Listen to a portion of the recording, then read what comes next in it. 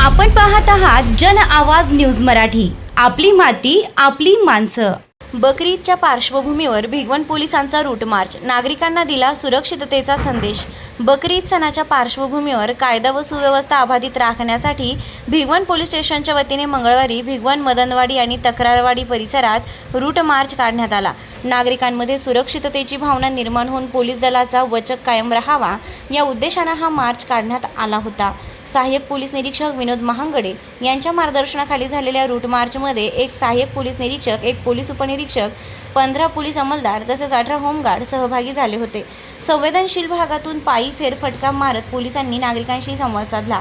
आगामी सण शांततेत आणि उत्साहात पार पडावा यासाठी पोलिसांकडून आवश्यक खबरदारी घेतली जात असल्याची माहिती यावेळी देण्यात आली आहे।